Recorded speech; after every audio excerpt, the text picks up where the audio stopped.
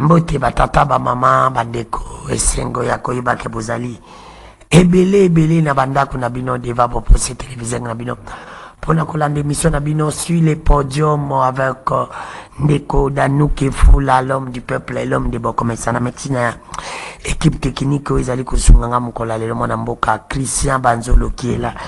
Je te salue na bosani pété notre chef homme directeur na moni Emile na moni Doudou Montiri et mes amis na bosani TSH Kabongo Michel Koyapa Medali Ousso, sans oublier aussi notre cordon honorable Raphaël Kebuka na Pesimbote Nankolo Chenio sénateur Jean-Pierre Mbemba na libota na Mobimba les sel politicien congolais ngal bakatika ka ba journaliste basala musala na bango na bosolo pe busimbo, même si nous ne serons plus ensemble avec et même si tel que nous sommes là, nous allons surtout le témoigner, surtout personnellement, moi-même qui vous parle là.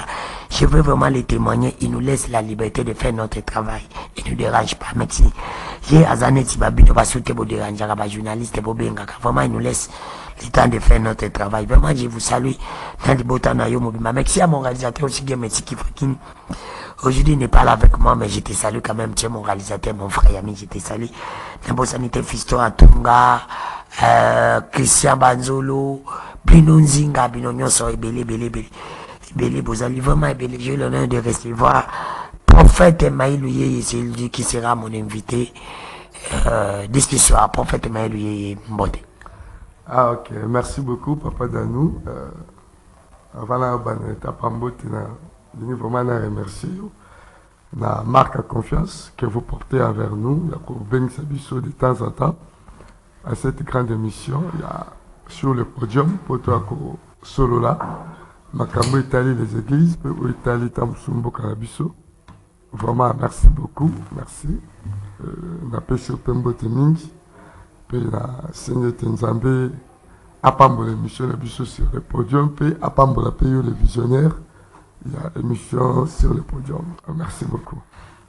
Merci, prophète Maïlu. Bonne église dans Koloyo Kambaka. Bon, comment? Ah ouais, l'église va très bien. Nzambazo Baterabiso, Misale Jole Kamalam. Tozotambu Samusala Nzambe, Kande Mouliou Moussanto Azutinda Bisso. D'ailleurs, je profite sur votre micro de saluer un peu tous les fidèles ensemble à Bisso Miprodefchi. Je vous salue là où vous êtes. Après, je suis nombreux Teming. Nombreux, c'est la petite maman apôtre Kalonjimila. Maman Labisso, apôtre. La petite beauté, c'est mon épouse, ma chérie. Gros bisous à toi, Bissiko Zali. Merci beaucoup. Voilà. Donc, effectivement, lui, CMCC, parce qu'il ne faut pas oublier que vous appelez mon Cambia. CMCC, comment va CMCC, ils ont été. Ah ok, merci. Et ça peut-être nous ont présenté Bissot. Nous allons peu prochainement quand vous présenter, il faut présenter Bissot par rapport à autres alliés. Nous avons représenté le cas d'une grande communauté, la CMCC, Communauté pour l'encadrement des ministres chrétiens du Congo. Voilà, via communauté, ça se passe très bien, c'est un bon train. Tout ça, on a toujours travaillé. Dès la semaine passée, le samedi passé, tout ça qui n'a réunion. On a travaillé avec tous les présidents de districts parce que vous savez que la CMCC est implantée dans les 4 districts de la ville province de Kinshasa. Donc, tu as la Funa, tu as la Lukunga, tu as la Tchangu, tu as la Moamba. Donc, le samedi passé, tu as avec les présidents pour la Talandeni pour faire fonctionner la communauté Nabisso, madame. D'ailleurs, je salue tous les présidents, la présidente Mbote, le président Josué, le président Chikobaya, le président Clovis Kaka, le président Thomas, je vous salue tous, place vous allez, Mbote sans oublier ma cordon et tous les membres de la communauté Nabisso. Mbote Ming, place vous allez. Merci, prophète Maïlouye, Mbote Mingi, place aux alliés. Merci aussi, la bande de Koboza, pour l'entreprise du partout. On a la beau sanité, mon vieux Honoré Lulaine de la Suède. Donc, privé personnel, et maintenant, puis à partir à Bénin, sans oublier aussi, maman jolie beauté, moi, c'est un sénateur Ngerengo, je te salue. Pour sanité, mon vieux Trésor Manzo, les boss ici, lancé de Kitambo. Puis, mon vieux Banga Business, les beaux, pour ça, pour l'entreprise. Vraiment, merci Nabino de beaucoup contribuer à l'émission. Sur le podium, parfaitement éloigné, avec beaucoup de problèmes aux années 4 églises, dans le solo lango. Mais moi qui va maman passer et belé, vraiment, basala qui dimanche passé, dimanche le cas qui, pas te belé, bah encourager qui bango, parmi bateaux qui peut moi sinon beaucoup de gens encourager bon voilà moi des femmes sont tentées de dire la vérité mais bateau babi que bino nje ba sala nzambe ombo ba vérité avec ma problème nous spécialement na quartier église comment on peut faire pour sauver l'église quel est le vrai problème de l'église pourquoi trop de problèmes surtout dans l'église de réveil. Ok, merci beaucoup. Pourquoi trop de problèmes dans l'église? Moi, je pense que, en français, il n'y a pas de mauvais troupes, mais il n'y a que il n'y a pas de mauvais troupes, il n'y a que de mauvais chefs. Ça veut dire que, dans quatre églises, moi, je pense que ce qui pose problème et pelé les lots dans quatre églises, c'est pour la biso bakambi. Biso bakambi, ça veut dire que ceux qui sont en train d'orienter les églises, on va recevoir ma vision pour nos cambabe.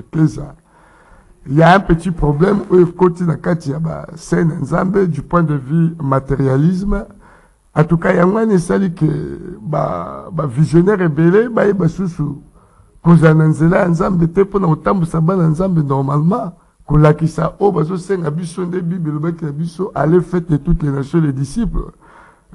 Faire de toutes les nations les disciples ezaka te pour na ya koyebisa bato ke ya kozwa mbongo ya kokoma na mbongo ya kokoma boye oui tous les koya mais bible lobi chercher avant tout le royaume de Dieu et d'autres vous sera donné par-dessus. Ça veut dire biso to père de mission vrai évangile au Christ a pesi na ba c'est un Nzambe de faire de toutes les nations les disciples pour expliquer que Jésus a été mort et ressuscité à cause de la vie na bango, basum na bango, tu vas comprendre le message du salut, tu vas bongo la mitema pe, base la citoyen un jour il y a le royaume de Dieu.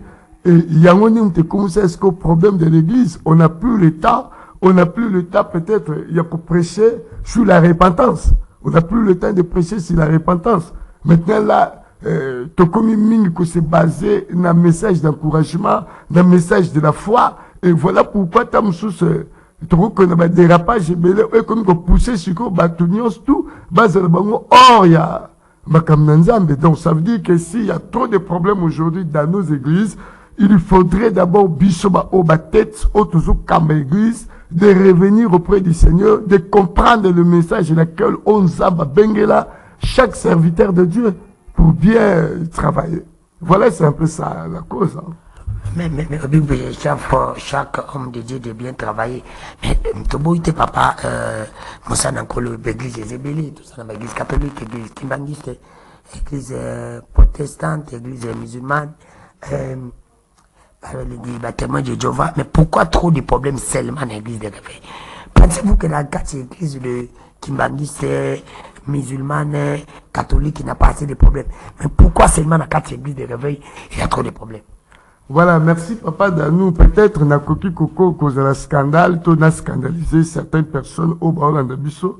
Nabi ke muto na nzambe na yo andi melaka. Mais moi je pense que, en tout cas pour ngai prophète Maï, na batunyo sur la Kambakape na République démocratique du Congo, nabi que nous sommes na côté où il y a un vrai Dieu qui est Jésus-Christ de Nazareth. On dit mais coucou pour la biso. Nous ne sommes pas à côté à vrai Dieu. Non, pensez-vous qu'ils n'ont pas de vrai Dieu? Qu'est-ce qui vous prouve que vous avez un bon Dieu? J'ai pas trouvé l'importance sur le mais moi je parle parce que vous au moins chez vous il y a beaucoup de problèmes par rapport à pourquoi il y a des problèmes? Tellement biso nous avons choisi la lumière. Même Yemoko Christ a été combattu. Christ a passé toute la vie de la souffrance. Vie à Christ, c'est qui jamais tout ça. Non. La majorité à vie à Christ était vraiment passé dans la souffrance. Regardez jusqu'à sa mort. Si acte de coup à la croix, Christ a souffert. Il a souffert à cause de quoi? Il a souffert à cause de l'évangile. La lumière de l'évangile, elle a porté Bonzambe à solo mwinde ya bomo nzela bomo ikati na bato. C'est pourquoi Christ a été très combattu jusqu'à mourir et à se ressusciter. Voilà pourquoi la raison. Église de réveil peut tellement toujours tendre la Christ et Jésus. Alors nous sommes obligés de connaître la tribulation. Et qu'il y a, vous serez haïs, vous serez tout ça, à cause de l'évangile. Nanzela évangile, ça veut dire que batwa telebela biso, batwa kolobela biso, batwa koboya biso, batwa ina, bakomema biso même jusqu'à na tribunaux. À cause de l'évangile, de la vérité et de la lumière. Voilà pourquoi l'église de réveil souffre aujourd'hui quand vous dites qu'il y a trop de problèmes. Le problème est réellement parce que c'est la tribulation. Parce que toujours porter la vraie lumière auprès de Batou. Oh, bah, le Christ comme Seigneur et Sauveur. Mais si vous dites que vous la Christ comme Seigneur et Sauveur, Christ lui-même avait déjà, mais à l'époque de Christ, Christ n'avait pas de problème comme vous maintenant. Si vous dites que c'est à cause de ça que vous avez des problèmes, parce que puis vous en avez Christ. Mais pourquoi pas Jésus-Christ Yemoko, à l'époque, n'avait pas assez de problèmes? Parce que votre modèle, c'est Jésus-Christ. Qui vous a dit que Christ n'avait pas de problème? Il n'avait pas de problème. Parce que quand c'est Moutanja, comment vous avez ça, la problème au Jésus, qui n'a pas déposé au sein de la loi. Jésus-Christ a été combattu toute la vie depuis sa naissance. Là, le problème, pas avec les entourages. Depuis la naissance de Jésus. Mais pas avec les collaborateurs. Combattu par qui? Par des grands. Mais pas avec ses collaborateurs comme vous. Vous êtes en train de le faire. L'église des rebelles arabiques. Avec des collaborateurs comment? Jésus, tu as la Christ. Mais oui. Monsieur, tu as la Christ. On posait la question pourquoi l'église de souffrir les longs. Là, je peux choqué. C'est parce que l'église des réveils d'aujourd'hui, c'est la malam et la lumière. Il y a collé au Christ au Katabato. Voilà pourquoi le combat. Jésus a souffert. Depuis sa naissance, la grande personnalité, il était encore bébé, Jésus ne connaissait rien. Mais c'est parce qu'il était seulement la lumière, parce qu'il portait quelque chose de bon. Hérode a l'outil même à Jésus depuis sa naissance. Est-ce que vous comprenez? Mage rôle là-bas, pour le tuer. Mais nous avons ça qui m'a miracle. Donc ça veut dire que l'église de réveil, tellement a porté de la lumière, dans au Congo, ou soit dans le monde entier. Voilà pourquoi l'église de réveil, il fait écouter un problème, mais quitte à nous maintenant, nous sommes toujours porter Christ et quatre de savoir, d'avoir un peu de manière, pour la marche, pour que la vraie lumière vienne à quatre, tout vaincre en nous. Tout vaincre en nous. Et c'est clair. C'est ça ce que moi j'ai dit, mais Jésus-Christ était accompagné de gens aussi. Avec ses collaborateurs, il n'avait pas assez de problèmes comme une église. Vous avez beaucoup de problèmes. Pas collaborateurs comme les disciples. Mais oui. Mes disciples, c'est un problème. Non, avec Jésus. C'est qu'il n'y a pas de problème. Nous, chaque fois. Il y a un problème, il y a mon livre physiquement, il y a mon moto, il y a mon zoto, il y a mon livre. Juste moi, que mes disciples, au sambe, la babi qui s'est moutabi quitté. Est-ce que Batola va aimer le sambo, va aimer le sambo? Mais Sambeli va bien qui s'y moutouté. Est-ce que Bitumba pour la bango? Yes, mais ils avaient des combats. Ça veut dire qu'ils en esprit et physiquement. Est-ce que je comprends? Donc ça veut dire que Nzela et Nzambe, yes, c'est lui qui veut me suivre, qui s'en charge de sa croix. C'est ce que Christ a dit. Celui qui veut me suivre, qui s'en charge de sa croix. Lorsque Kobi passe, parce que le leader ne veut pas s'en charger de la croix.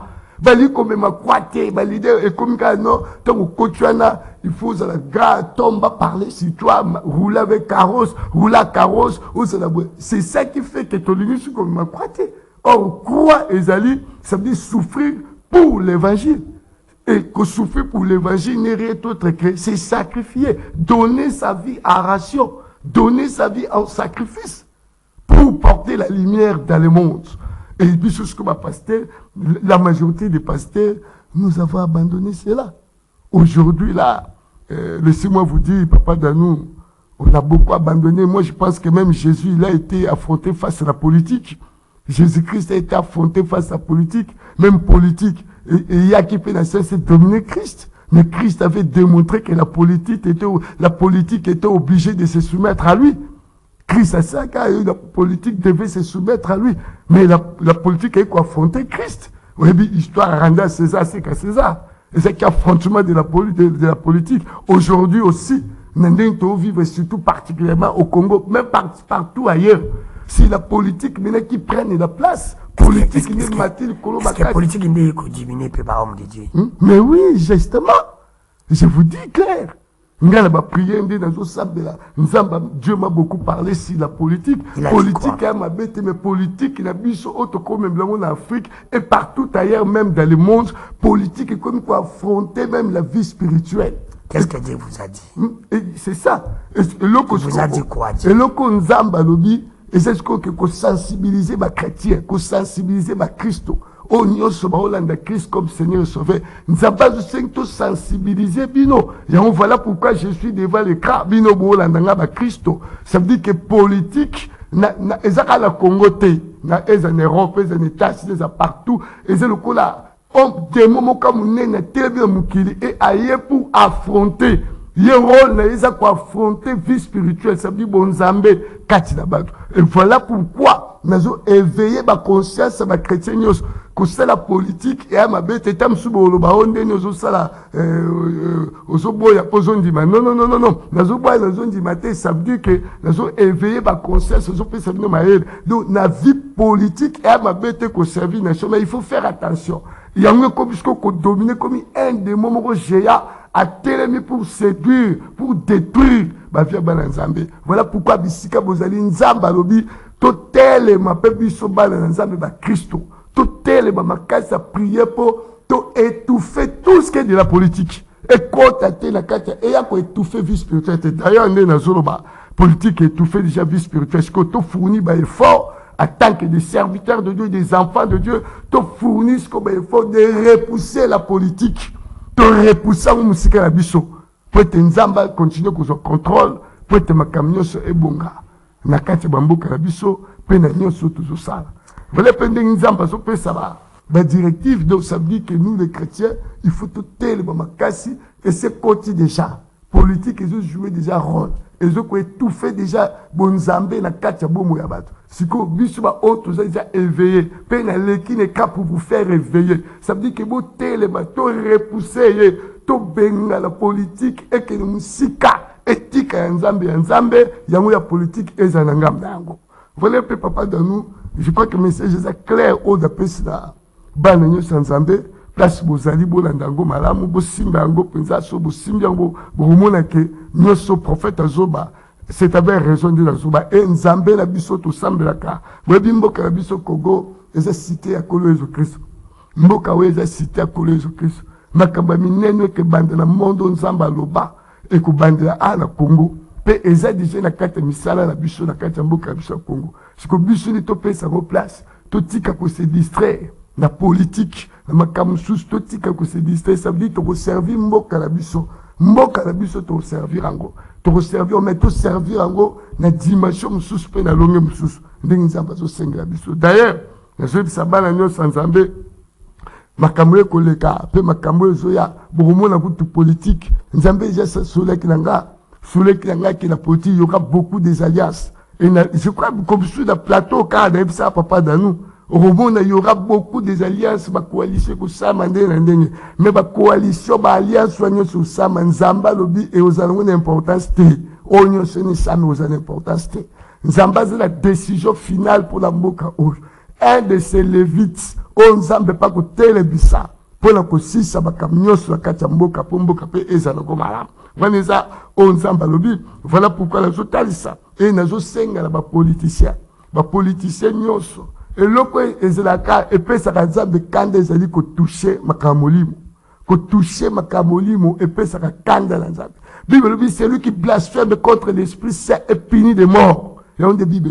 Et on a lancé un message comme le prophète Maï en écran, le politicien. Je ne vais pas citer le nom de quelqu'un, mais la Bible est un politicien. Bible, c'est lui qui blasphème contre l'Esprit et puni de mort. Et on a dit ici, ma politicien, nyonso. Oya Congo en particulier parce que nous sommes Congolais. Et ceux des jours comme prophète, ils sont pour vous aider. Zamba Lingibino, à la poste na bino, et que vous tambou saboza na maye la bon Zambé. Mais attention, t'as besoin de blasphémer, si il y a utiliser Bassala Nzam, pour la makam na bino, baba kabouboue. Faut faire attention parce que va oekoya, va ezoya na jebisa au papa d'Ango. Va ezoya, et va nekoya, et ben, pour éliminer les politiciens. Les politiciens, na lobby lelo, il faut, et éliminer, et vous avez la catastrophe, ma kasi, la katia mboka, et vous avez malamute. Nzambe azaka nzambe akanda. Donc yango nazo pesa message pe nazo bisa bana nzambe nyonso bana nzambe sika nyonso boza nzambe sengi tenez-vous ferme. Bozala ferme na nzambe boyebi kolo Yesu Kristo. Bozala ferme na ye. Bobondela mboka we ko changer ko bonga na nzambe la kolo Yesu Kristo. Kimie ko yala nde nyonso eza bakambo to mona babitumba. Oba guerre na ba este, oba guerre ba kwamutu, oba guerre nzamba aussi ça on a pété. Na pété et aussi là. Mais na sengelo komoko na bandela tangu nyonso. So ina leki na télévision na bandela keloko, azo ba comme prophète, azo kangazoka. Na bandela keloko. To yesko to bondela nzambe to luka nzambe ya solo. Nzamba solo o abik saboka oyi. Na bandeli suskoloba. Na senga kala mikwa papa danu o. Na zonge labi papa danu. Nazakala posa mkomo ba pesa ngata 1 minute. Ce qui tata bokonza mboka na biso bo sepera. Ba pesa ngata 1 minute lendo bonde kana parler de la nation place ba sala ka passer au pouvoir. Et puis ba pesa ngata 5 secondes. Na solo la président na yebisi kalikambu moko. Et si la go nyoso to mona. Et aussi la pété. Ba bitumba ba guerre. Na répétant mususu. Ba pesa ngata 1 minute. Na kusamba la paye ya nation. Ba pesa ngata 5 secondes. Na solo na yebisi président likamo na 5 secondes kaka. Et puis si là. Beaucoup mona. Mais sambela nzambe apesi o makanisi. Apesi apé président Alex Alimbola pe na président pour baluka yo que faut chercher un prophète là. Attention. On va parler parce qu'il dit pas papa.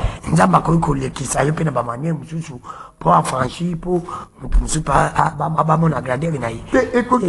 Pourquoi c'est mayo lobby. Mais nzamba pas ko lobby là ba on peut pas ya koluka. Oh bien, au moni attention. Tous les sous le temps au Canada. Oh, tous les temps sika. Ça dit Nzambe anzamba multi système. Nzambe a quoi utiliser, a quoi se manifester, peut que ça kamende nyo saliki. Même média o, maele uche panzambe. Nina tele na vandia dans oloba na miko. Ça veut dire que voilà ngezo kala partout dans le monde entier. Oh bah là et ça peut message Nzamba so pesa. C'est une façon aussi Nzamba so lobela. Et ça a été là ndapu na lotandoto attention avec les rêves na za prophète. Mais attention les rêves. Au lotindo tono na ndapo yero lo bawo te Nzamba lobi boke attention au kufa. Ndoto za te kaka o loto ye faut discerner Bible moi je sais faut discerner les choses.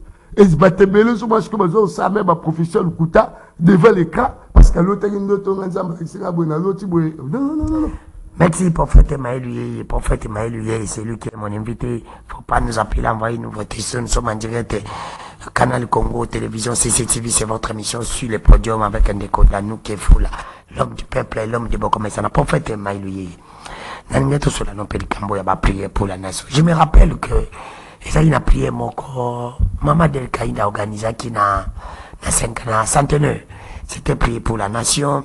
Tout comme on a pu prier, monsieur Baganja qui n'a pas prié pour la nation.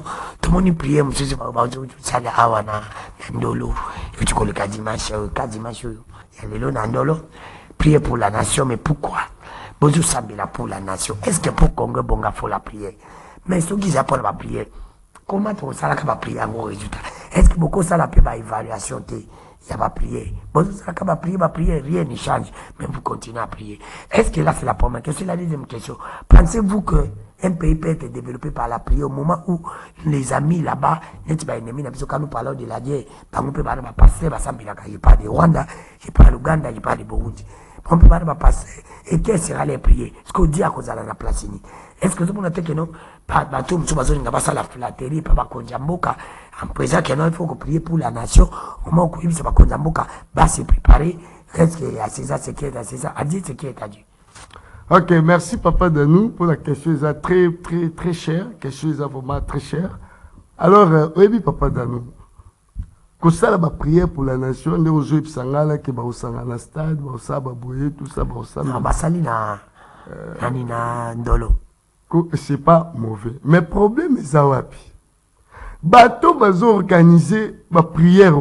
D'abord, ceux qui vont confesser Christ comme Seigneur et Sauveur. Est-ce que Bazo Yebisa, président de la République, quelle est la volonté de Dieu pour lui? Il y a l'émotion. Est-ce que Bazo Yebisa, président, Quelle est la volonté de Dieu pour lui? Yami Balé. Prière au bazo sali c'est abandation. Bazo salangwe belé et simbate. Bango nyonso ande bazo sangana. Bazo belé la nzambe nini. Quel Dieu qu'ils invoquent? La Bible dit on ne peut pas servir deux maîtres à la fois. Il n'y a qu'un seul Dieu. Si réellement Baza bato bandime la colonne zambé la auto samba Jésus Christ, pourquoi le mélanger? Dieu n'aime pas le mélange. Azobeng dans la Bible les faits étrangers. Et Dieu est en colère.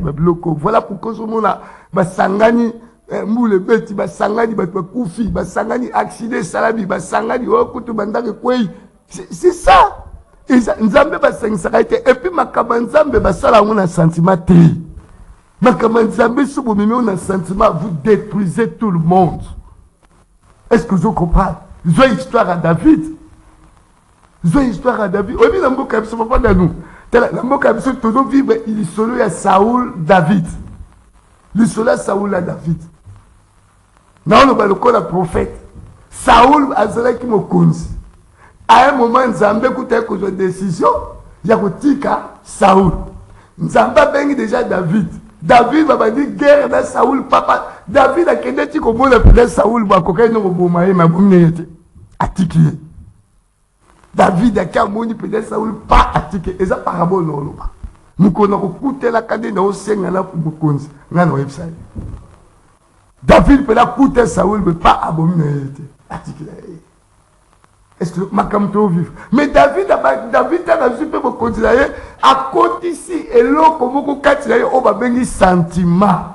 Donc David a côté ici sentiment. Nzambe pe la Nicolo avandi na ye a otala David conséquence ya sentiment David. Vous avez ni conséquence ya sentiment David moi na liboso David a kufi. Conséquence ya David. Tala est très profond bato ba na ba Christ. Bon, le cambo peut discerner ma cambo dans le conséquence, il y a David. Moi, David n'a pas fait. C'est très fort. Et je lance message au chrétien, pasteur, limbo, discerner cela. Je vais revenir. Mais conséquence, il y a David, le sentiment, c'est son fils qui a été décidé. Alors, ma cabozo sabale la prière. Nzambe nini ba obele la. Ba mizima ba na kati.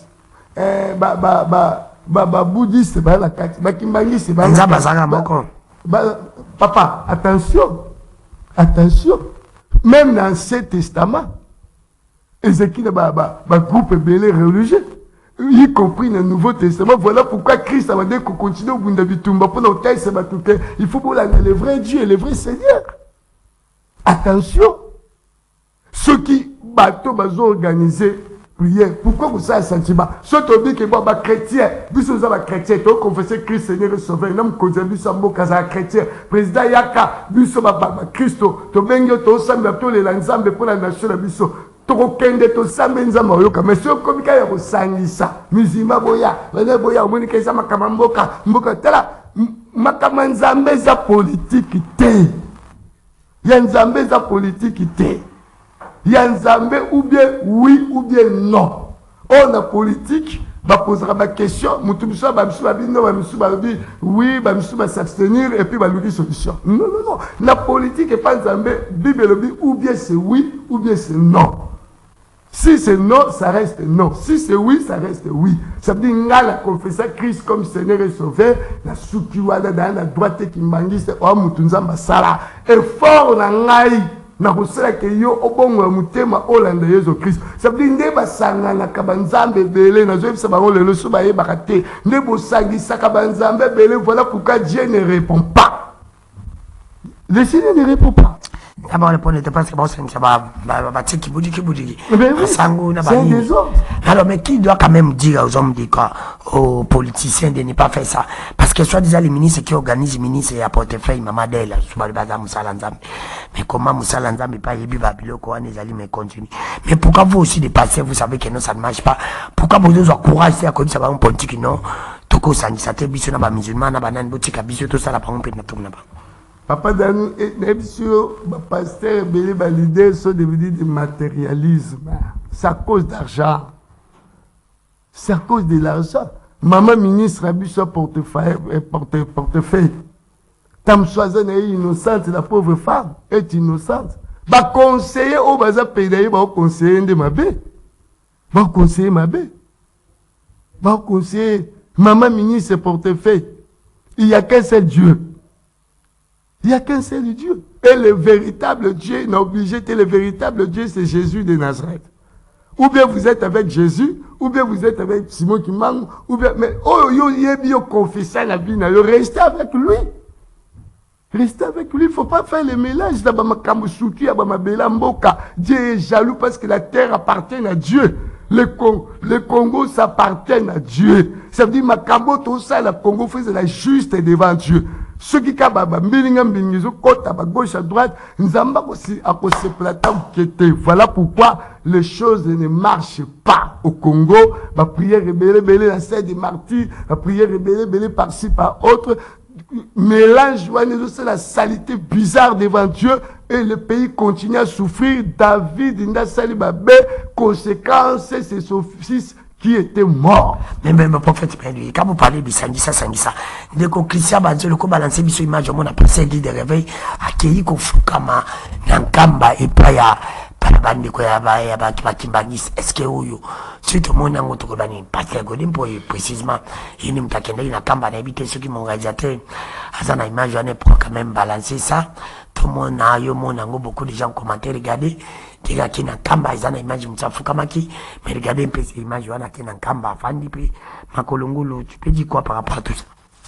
OK, est-ce que pour y papa Danou ngai no n'a pas ça Godé président Godé pour conseil pour président assemblée provinciale président n'a pas ça président et assemblée provinciale conseil n'a pas ça comme n'a pas ça conseil tant outi kamba Bible la nature ne vous enseigne-t-elle pas que vous t'outi kamba kamite ayepe ko koma komita ba problème comme ça ngalo ngalo ça c'est vous te dire que vous t'ala kamba papa mo yo azu ba ngazo emotion o ezu na ngobila mais la révélation je vous dis la révélation outi kamba ye si réellement kamba ye Dieu il fallait tout pour me casser.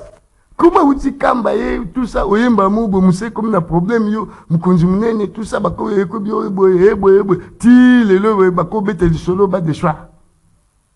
c'est grave. Mais n'a pas ces révélations. Il y a un qui n'a pas ces conseils. Conseil est ça que Papa Godé pour une anda kouye mokona nzambe, baka nzambe pardon limisanga. Kolo limisanga na samwana yo. Na kendaki peut-être la cadre de ça la recherche. Pour toi basala nzambe. Ko kende kamba no pe mabete. Ndeka to lukako ba passer ba ozo visa ba ok de Jérusalem.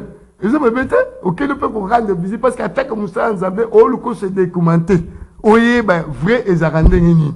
Peut-être dépendre pasteur Godé ko akende ki kamba la cadre de découverte aye ba pe na yo kaka kamba na yo kabla keno na tala parce que la prédication là mais Kogumba melaye un complice à ceux qui spirituel na baumbote na kati église na kofanda makolongo les hommes na tekeno ezako longo la image ba chrétien ko ba koya kana ba kimangisi bon omoni na au côté na domaine ba ministère ba missionnaire moni tolo baradage beaucoup na lingala balobango kala soko ke na mboka mo kuti batwazo ke na gauche pe ke na gauche soko kuti ba ke na droite pe ke na droite. Mais yo, en tant que visionnaire, Moutamayele, ok, na gauche, ne ba unyo suba ok, mais yo, c'est l'objectif. Objectif, là, on découvrir qu'est-ce qui se passe là. On comprend, pour Oyeba, oser la documenter, Oyeba, que c'est l'exposition malade. Ça veut dire que n'enga kenda kiwala. Na cadre de mission, tant aux amis missionnaires, biso ba missionnaire, so, ke kuti batbaola, na banda, opela banda. Parole de Dieu qui parate aux faux analystes, place sur terre au couti bateau sabre. Na cadre nenga kenda ki, na cadre ke nuko yeba ke nuko tala ezakandenge nini Donc, quand la kende ko fuka, pourquoi la moutine ce soit qu'il faut fuka ma, faut l'andane, bango bazar, parce que yo ke kuna ko yoko jamais, oh, ya bani, onyo se bao sa yo tele melango. Ça veut dire, Hollandi la yo, moi, il milite, le président Moutamukili, le président Nabissa Mukili, va sala angote, pourquoi vous les hommes de Dieu? Le président y a ça la honte. Le président kende kuna sala ba. Ah, balaccepté. Balaccepté. Balaccepté. Il y a biti ba président y a ba service secret, et l'homme soube, il y a président pour l'accepter. Bon bagien. Balaccepté. Mutakindra kamba mutu toi comme na kamba sarabu. Yebe so kombongo sabongo. Yesu kombongo sabongo. Ah. Eza mutu nyo sekindra kamba. Na tuni question. Obi ngala webselo moko. Na yamba américain mukaya. Américain to vandi abisaka to ndote ya nanzela Congo central. Avant to koma Kasangu. To ke côté na américain. To comme l'église bois Pevalong.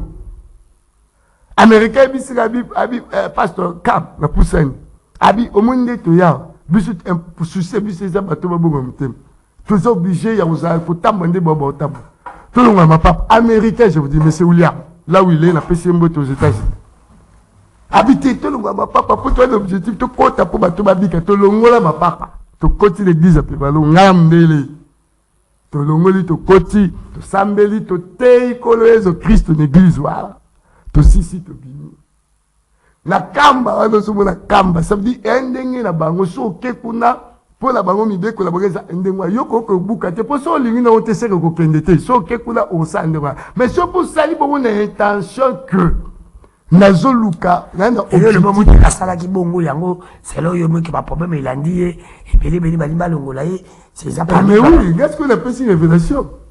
Et fait un direct qui fait des milliardaires, ne onyo se sale qui kozonga zongi ya comme des problèmes belé ya musala tout ça ça veut dire que pour ma problème na ici là na pesi kisi les médicaments pour problème on ici là notre papa président l'assemblée provinciale papa pasteur Godé pour une ligne qui mingi en tout cas na ligne na pour ça même que ate pas la ngao bien ate ya pas na pour ça donc le local a pesi quoi conseil à côté de chambre de yemuko à soigner nzamba nzamba pardon Atewana. Et c'est pas ça, on s'en bête, nous ne pouvons pas difficulté, nous sommes comme ça. Voilà. Dieu a voulu les frapper. C'est comme ça que Dieu nous frappe. Il y a des gens qui frappent. Makamboye, belé, bademo, tout batelami. Misanya soit ça, bakamdenga terre, à des billes, pasteur, Godé, pour une terme, dit tout dans les réseaux sociaux, la télévision. Est-ce que bato anyo si bachia na ba botie kan ba ko profiter nazala pe kutu na image ya passer mon azote ya nabite chez Christian auzana ngo passer mon azote ya ba makamso une église c'était terrible la tchaka on dimanche le qu'un pasteur qui parle de la haine qui prêche la haine mutapela kangio ozana ndiko na famille akangili okanda yo pe kangili kanda po yazani pe makadam te mais Bible vous les connaissez par les fruits on dit jambu malaki si c'est comme ça c'est un sorcier c'est un sorcier c'est un pasteur sorcier il y a beaucoup de pasteurs sorciers au Congo il y a beaucoup de pasteurs magiciens. Il y a beaucoup de prophètes magiciens, il y a beaucoup de prophètes ici dans le Mali. Oui, les pasteurs est là. Parce qu'on balance des son. Tous en besoin d'image, oui, pour yo canon, makambo et bimaki. Na osenga, oui, Christian Banzolo. Oui, l'image est là, au côté que la bisango. Tout yo kavama son, qu'on s'ala bien.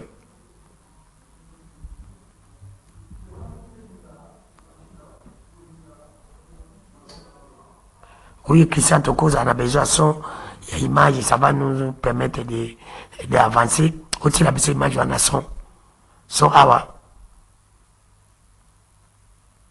olobesinga etenga pena kolobisa yo teka obesinga mbotete elongi na yo nde boulevard na tambolelaka elongi na makadam to so de mouton yo yebi bato baluka bapeanga mbote Jésus.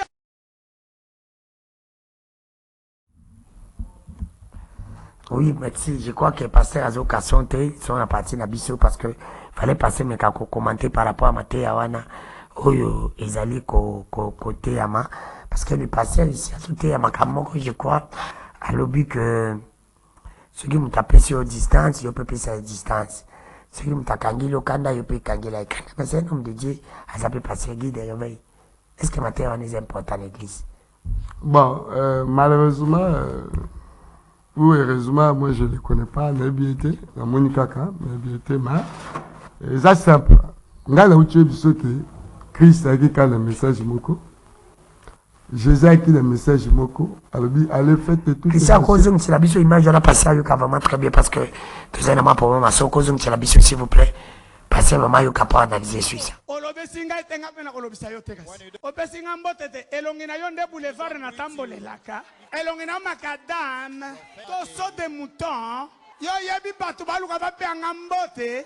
Jésus a dit, si quelqu'un veut faire avec toi 1 kilomètre, fais avec... Il n'est pas comme moi, il est pasteur. Natambolelaka. Elongina makadam, to so de mouton. Yo yebi batu baluka bape anga mbote. Jésus a dit, si quelqu'un veut faire avec toi 1 kilomètre, fais avec lui 2 kilomètres. Toza na famille obetinga kara nakosunga yo. Toi na musala obetinga kara nakosunga yo.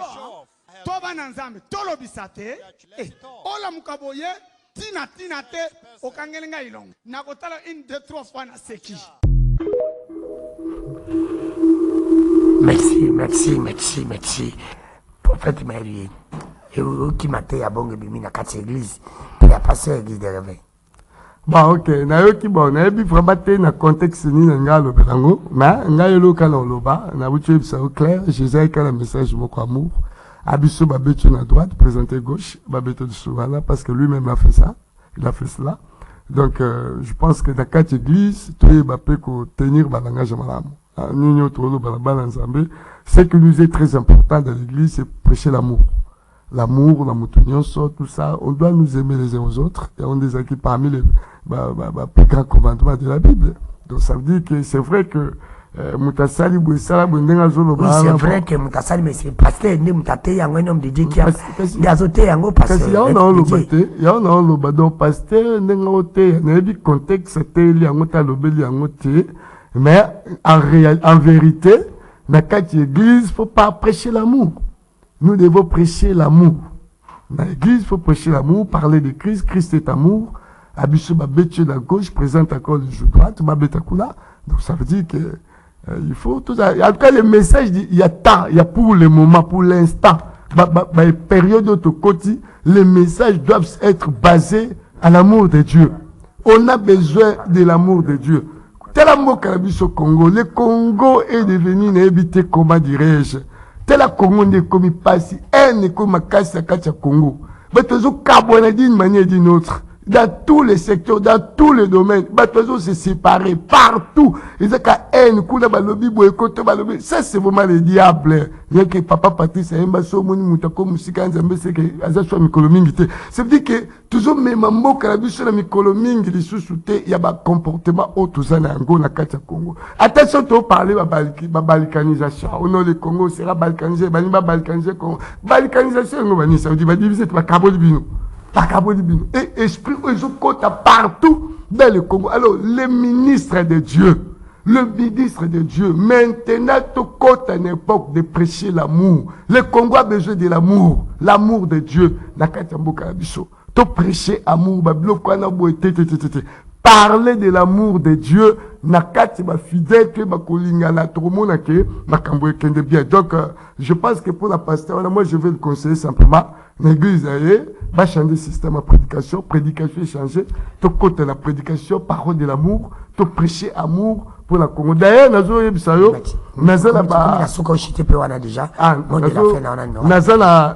directive 11 ans précis. Bon, l'année prochaine. Année prochaine, 2023, 2028. Mouvement Mokoya, mouvement comme MGGM. MGGM. Et ça, mouvement que vous êtes pas MGGM. Ça veut dire mouvement de grandeur, de gloire et de la majesté. Alors, objectif, il y a mouvement là. Et vous avez la réunification du Congo. Des socles, il y a mouvement là. Réunification du Congo. Mouvement là, tant il y a un parti politique, ça ne va pas exister. Mais mon candidat, soit mot quand même numéro 1, notre papa.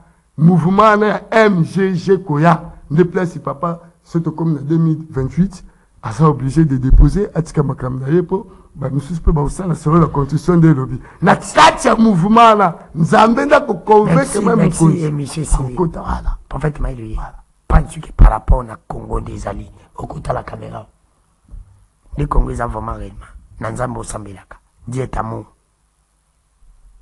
Les présidents Congolais Alilo, avec l'amour de Dieu, président Félix Akosa deuxième mandat, c'est le yo, en tant qu'un homme de Dieu. Vous en 15 secondes. Bon, Ngalaza. Non, on a une question simple. Moi, je suis. Dans le but, on a une question simple. Ça pas dans nous. D'abord avec l'amour de Dieu. Ngalaza Mosakoli, nalobeli beaucoup plus la vie spirituelle. Makambo ya mboka na ubanga nini za mamanzambe mamanzambe babangela yango tozobondela avec l'amour de Dieu, avec l'amour que Dieu nous a dit dans la Bible. Les Congolais ont la vérité vraiment dans le solo. Est-ce que le président de la République a reçu sa deuxième mandat? A reçu sa mandat. A reçu sa deuxième mandat. A reçu sa deuxième mandat. A reçu avec l'amour de Dieu. A reçu la deuxième mandat.